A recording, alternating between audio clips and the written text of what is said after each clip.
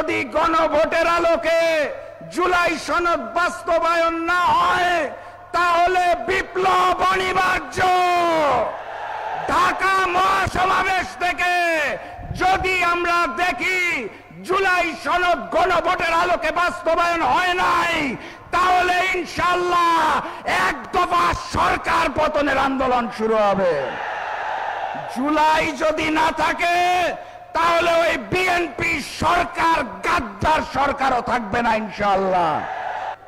সংগ্রামী সাথী এবং বন্ধুগণ, আমরা ভবিষ্যৎ বাংলাদেশে ওই ভারতীয় আধিপত্যবাদকে আর দেখতে চাই না।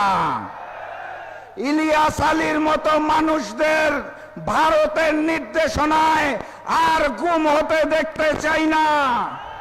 টিপাইমুখী বাঁধের কারণে সিলেটের জনগণকে বঞ্চিত হতে দেখতে চাই না। আমরা নতুন বাংলাদেশে ইনসাফের বাংলাদেশ কায়েম করতে চাই।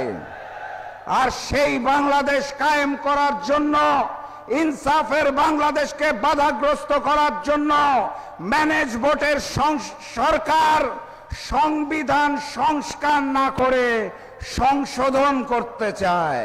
পাঞ্জাবের জগতে একটি বিশ্বস্ত নাম শাবাব এথনিক ওয়্যার। আমরা কি সেটা মেনে নেব? কথাবার্তা পরিষ্কার, গণভোটের গণরায়ের আলোকে জুলাই সনদ বাস্তবায়ন করতে হবে, এর কোনো বিকল্প নাই। সংগ্রামী সাথী এবং বন্ধুগণ, 11 দলীয় ঐক্য রাজশাহী থেকে বিভাগীয় সমাবেশ শুরু করেছিল।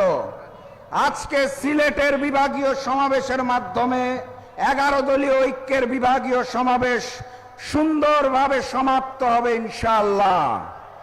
এর পরপর আমির জামাত ডাক্তার শফিকুর রহমান আহ্বান জানাবেন, ঢাকায় মহাসমাবেশ অনুষ্ঠিত হবে ইনশাআল্লাহ। আপনারা সেখানে উপস্থিত হবেন। আমি অনুরোধ জানাতে চাই, হাতে একটু বেশি সময় নিয়ে উপস্থিত হবেন, কারণ সেই মহাসমাবেশের আগে যদি গণভোটের আলোকে জুলাই সনদ বাস্তবায়ন না হয় তাহলে বিপ্লব অনিবার্য। ঢাকা মহাসমাবেশ থেকে যদি আমরা দেখি জুলাই সনদ গণভোটের আলোকে বাস্তবায়ন হয় নাই তাহলে ইনশাআল্লাহ এক দফা সরকার পতনের আন্দোলন শুরু হবে। জুলাই যদি না থাকে তাহলে ওই বিএনপি সরকার গাদ্দার সরকারও থাকবে না ইনশাআল্লাহ। প্রস্তুত আছেন? দেখা হবে বিপ্লবে, দেখা হবে বিজয়ে।